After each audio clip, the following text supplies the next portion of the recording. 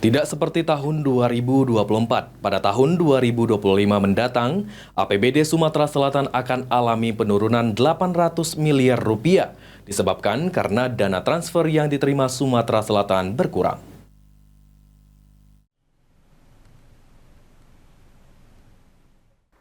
Dari hasil rapat yang dilakukan dengan pemerintah provinsi dan DPRD Sumatera Selatan, dipastikan anggaran pendapatan belanja daerah Sumatera Selatan tahun 2025 mendatang akan berkurang dibandingkan tahun 2024. Berkurangnya APBD Sumatera Selatan tahun 2025 ini disebabkan karena dana transfer yang diterima oleh Sumatera Selatan berkurang hanya di angka 83% dan tidak mencapai sasaran.